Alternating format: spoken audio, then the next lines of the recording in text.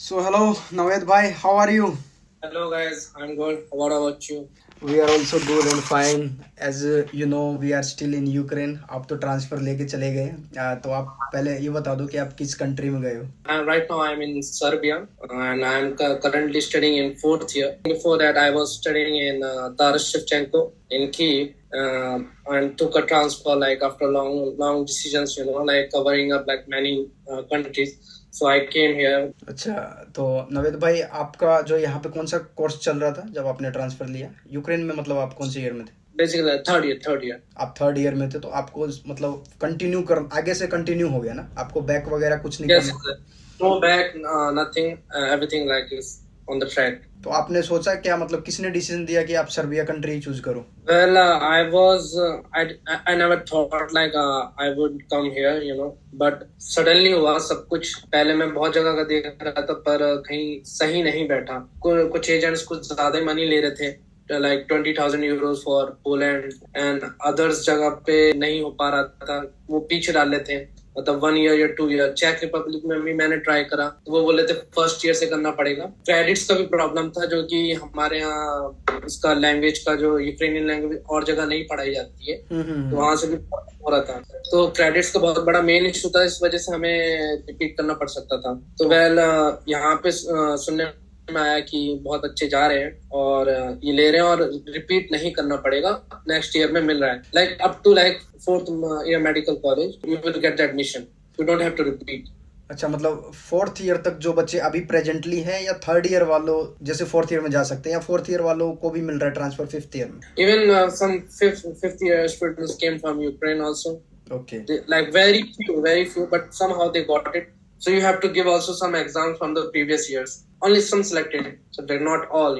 Yeah, basically they check your transcript and they will see like which exams you have to give, and then you can do it. ऐसा तो नहीं है कि selected सीटें ही हैं admission के लिए, या बल्क ऑफ स्टूडेंट्स को एडमिशन मिल जाता है? Selected seats हैं, बल्क में नहीं हो सकता पॉसिबल. ओके, तो अभी आपके ईयर में कितने बच्चे नए आए हैं जो ट्रांसफर लेके आए? अप्रोक्स 60 स्टूडेंट्स हैं, 60. और 2 ग्रुप बढ़ जाते हैं उसमें, फिर जैसे कि E1 E2. जनरली हम लोग जो रिसर्च करते हैं वहाँ जाने के बाद कुछ अलग ही मिलता है. तो आपने कुछ पिक्चर्स शेयर की थी मेरे को यूनिवर्सिटी के रिगार्डिंग, हॉस्टल के रिगार्डिंग, लाइब्रेरी के regarding. Students can see this pictures on the screen. आप ये बताओ वहाँ जाने के बाद कितना डिफरेंस मिला जो आपने मेरे को पिक्चर्स शेयर की थी? सब वैसे ही जैसे मैंने सोचा था वैसा है, बट थोड़ा मतलब लैंग्वेज अलग है. और मैंने बल्कि जो एजुकेशन सिस्टम है वो मुझे यूक्रेन से बेटर लगा. लैंग्वेज का क्या इशू है? मतलब इंग्लिश में पढ़ाते हैं टीचर, या इंग्लिश अच्छे से नहीं English आता? very like profound, very refined English. They speak like American accent. Basically, experienced professors are not the young ones. They are like teaching like from a long time. तो मतलब अभी जैसे आप तो फोर्थ ईयर में गए हो तो सारा क्लिनिकल कोर्स चालू हो गया होगा. अच्छा, मेरे को एक चीज़ और बता दो, ये सेम टू सेम 6 ईयर का ही वहाँ भी है सर्बिया में भी, सेम लाइक यूक्रेन? हाँ, 6 years का है. अच्छा. एंड सेकंड थिंग, अभी जैसे यहाँ पे 3 ईयर थ्योरेटिकल था, अब नाउ क्लिनिकल स्टार्ट हो जाएगा, तो वहाँ पे आपका क्लिनिकल स्टार्ट है या कुछ सिलेबस चेंजिंग? क्लिनिकल हमारा स्टार्ट है और हमें हर दिन मतलब पेशेंट दिखा रहे हैं और मतलब समझा रहे हैं, पेशेंट्स के पास लेके जा रहे हैं और हमसे लिखवाते हैं कि तुमने क्या एनालिसिस करा. फिर वो प्रोफेसर बताएगा तुम्हें कि इसे ये बीमारी है और तुम ये दोगे. तो ऐसे जैसे डर्मेटोलॉजी है, कार्डियोलॉजी है, सब कुछ बहुत अच्छी तरह पेशेंट से दिखवा रहे हैं हमें. पेशेंट्स के पास लेके जा रहे हैं और हम उनसे इंटरेक्ट कर रहे हैं. तो ऐसा तो नहीं है ना कि ट्रांसफर मतलब जो पहले से पढ़ रहे थे और जो ट्रांसफर लेके स्टूडेंट गए उनके साथ कोई पार्शियलिटी हो रही? बिल्कुल ऐसा फील तो नहीं होता ना कभी? और बल्कि बहुत ही ज्यादा फ्रेंडली हैं. कभी कभार तो वो इंडिया के बारे में पूछने लगते हैं, क्योंकि इंडिया और सर्बिया का रिलेशन काफी अच्छा चल रहा है ना बहुत पहले से. ओके. जो जवाहरलाल नेहरू और यहाँ के जो पहले प्रेसिडेंट थे टीटू, बहुत अच्छे फ्रेंड्स थे. ओके. ओके. तो इस वजह से लोग बहुत पसंद करते हैं. अच्छा नवेद भाई, ये और बताना कि जैसे अभी सर्बिया तो ना ही ईयू में है ना शेंगन कंट्री में है, ठीक, लेकिन उसकी फीस जो है वो फिर भी हाई है एज कंपेयर करे बहुत सारी यूनिवर्सिटीज से यूक्रेन इसका की. एक बहुत बड़ा रीजन है, यहाँ पे बहुत अच्छी अच्छी कंट्री से स्टूडेंट्स आ रहे हैं. जैसे कि बेसिकली जर्मन स्टूडेंट्स का बहुत यहाँ पे रोल है, और यहाँ से बेसिकली स्टूडेंट जर्मनी जाते हैं क्योंकि यहाँ पे काफी उन लोगों ने अपना टाई अप करके रखा है. और इटली से हैं और स्कॉटलैंड से हैं और काफी अच्छी अच्छी कंट्री से, आसपास की कंट्री से हैं, चेक से भी हैं. तो पढ़ाई बहुत अच्छी है यहाँ पे और टीचर्स भी बहुत अच्छे हैं. और तुम टेस्ट के ऐसा एग्जाम तुम ऐसे दे सकते हो कि मतलब अगर तुम फेल भी हो गए हो तुम ओके। फिर से दे सकते हो अगले महीने मतलब, पर तुम्हें पहले पोर्टल पे जाके तुम्हें साइन अप करना पड़ता है। तुम कभी भी दे सकते हो, छुट्टियों में भी दे सकते हो। टीचर वगैरह नेक्स्ट करप्टेड तो नहीं है, पैसे लेके पास करते हैं हाँ, सब? करप्टेड नहीं है बिल्कुल, और काफी सीरियस है। और अगर तुम क्लासेस मिस करते हो वो बहुत बड़ा प्रॉब्लम है। अगर 3 क्लासेस से ज्यादा मिस कर ले तो 250 यूरोज पे करना पड़ेगा फाइन। ओह, तो मतलब बहुत स्ट्रिक्ट पढ़ाई है कुल मिला के, तब तो बच्चे काफ़ी क्यूरियस भी होंगे, और ऐसा कुछ है नहीं, यूनिवर्सिटी लाइफ है तो बच्चे तो एंजॉय करेंगे ही। तो आपकी जो नीस मेडिकल यूनिवर्सिटी है, इकलौती यूनिवर्सिटी है सर्बिया में, या और भी है? मेडिकल नहीं, ये एक लौती है सबसे अच्छी, नहीं है मतलब साउथ साउथ रीजन में सबसे बेस्ट है ओके। ये सर्बिया की। नहीं, और भी तो होंगे नहीं यूनिवर्सिटी जहाँ पे इंडियन स्टडी कर रहे होंगे? बेलग्रेड है और नोवी साद भी है। बेलग्रेड को गया नहीं है ज्यादा, क्योंकि पता नहीं वहाँ पे बहुत मुश्किल है, शायद पीछे डाल रहे हैं बैग। नोवी साद में भी बहुत ज्यादा एप्लीकेशंस थी, पर नोवी साद थोड़ा एक्सपेंसिव है इस सिटी के कंपैरिजन में।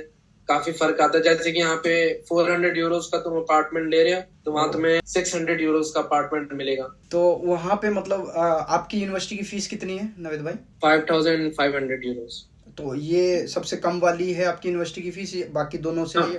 The cheapest one is this Nis university medical faculty जो 5500 है, और जो एक्सपेंसिव वन है वो बेलग्रेड है जो कि 8500, and Novi Sad is like in between like 6500।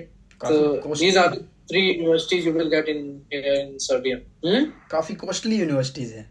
I think 5500 is हाँ, the 5500 नॉर्मल है, क्योंकि हमारी यूनिवर्सिटी में भी हम लोग 5000 पे कर सकते हैं। तो यूरो में पे करना होता है, यूएसडी में? euros, okay. no dollar. अच्छा, ये बताओ, हॉस्टल आपने नहीं लिया, मतलब आप, as I can see you are living in apartment. Hostel are not available for those students. ट्रांसफर वालों के Yeah. लिए या किसी के लिए अभी? Usually you have to take apart. तो अपार्टमेंट का कॉस्ट कितना आ रहा है आपका, मतलब लिविंग कॉस्ट की अगर हम बात करें तो? डिपेंड करता है कौन कैसा ले रहा है, कहाँ पे ले रहा है, दूर ले रहा है यूनिवर्सिटी से या सिटी से थोड़ा दूर। मैं सिटी सेंटर में रहता हूँ, मेरा थोड़ा एक्सपेंसिव है। आपको मिल सकता है यहाँ पे 250 और 300 तक, ये चीपेस्ट वन है।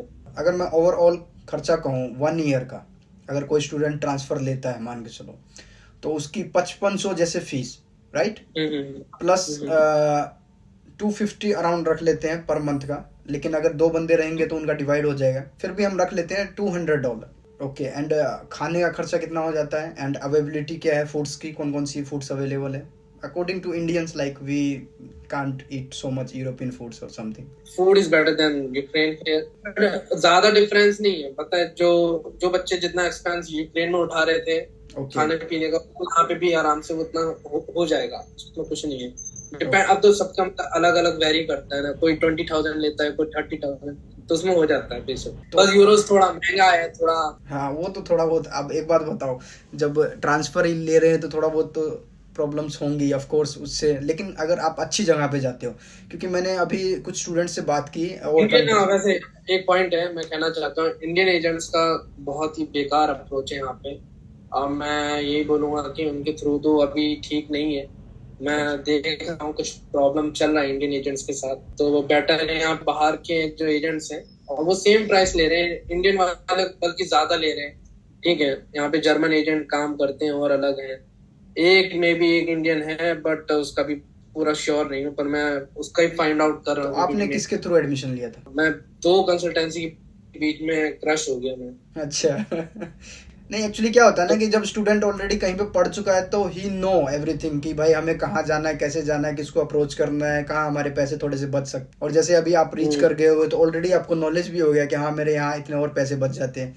That's a good thing. और पता है, यही चीज़ें हैं जो स्टूडेंट्स को हेल्प भी करती हैं, फ्रॉड से भी बचाती है कहीं ना कहीं। यही चीज़ें हैं जो, जैसे मेरे को अभी आप मान के चलो 1 सेकंड के लिए कोई मेरा फ्रेंड है, नॉन में कोई आना होगा, तो मैं कहूँगा हाँ ऑफ कोर्स मेरा एक दोस्त है वहाँ पढ़ता है, I will do all the research and I will make your contact with him and he will explain you everything. बहुत सारे स्टूडेंट हैं नवेद भाई जिनके साथ फ्रॉड हुआ है अभी ट्रांसफर के चक्कर में। बहुत ज्यादा।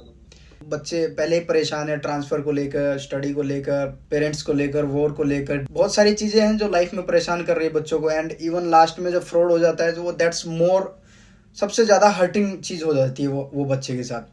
I paid like 3,000 euros। अब बेसिक जो था, कम से कम अगर देखा जाए सही अमाउंट, तो लाइक 2,000 यूरोज सब ले रहे थे, पर मैंने 1,000 यूरोज एक्स्ट्रा पे किया। तो मैं इसकी वजह से मैं नहीं बोलूंगा अभी किसी को कि इंडियन एजेंट्स के थ्रू आना चाहिए। पहले अच्छी तरह रिसर्च करिए और अदर वेज हैं, बट पूछिए 2 बार क्रॉस चेक करिए कि ठीक है कि नहीं है। अच्छा चलो ये बताओ, चलो ये तो कंसल्टेंसी की बात अलग है, वो तो कोई बात नहीं, जो काम एंड वो तो बाद में पता चलता है कि भाई ज्यादा ले लिए कम ले लिए, वो कोई बात नहीं है, बस फ्रॉड नहीं होना चाहिए। नवेद भाई आपके साथ ऐसा तो कुछ नहीं है ना, फ्रॉड हुआ? यही फ्रॉड हुआ भाई। 1,000 euros I paid extra, like they were not giving my passport even, they took my passport. अभी मतलब नहीं दे रहे हैं? Yeah, but like last moment I paid to them like 1,000 more, then I took my passport. अच्छा ये बताओ कि आपने जब वीजा वगैरह की प्रोसेसिंग की, और ऐसा सुनने में आया था कि आप पहले फीस पे करना पड़ता है क्या कॉलेज के, इंडिया से ही?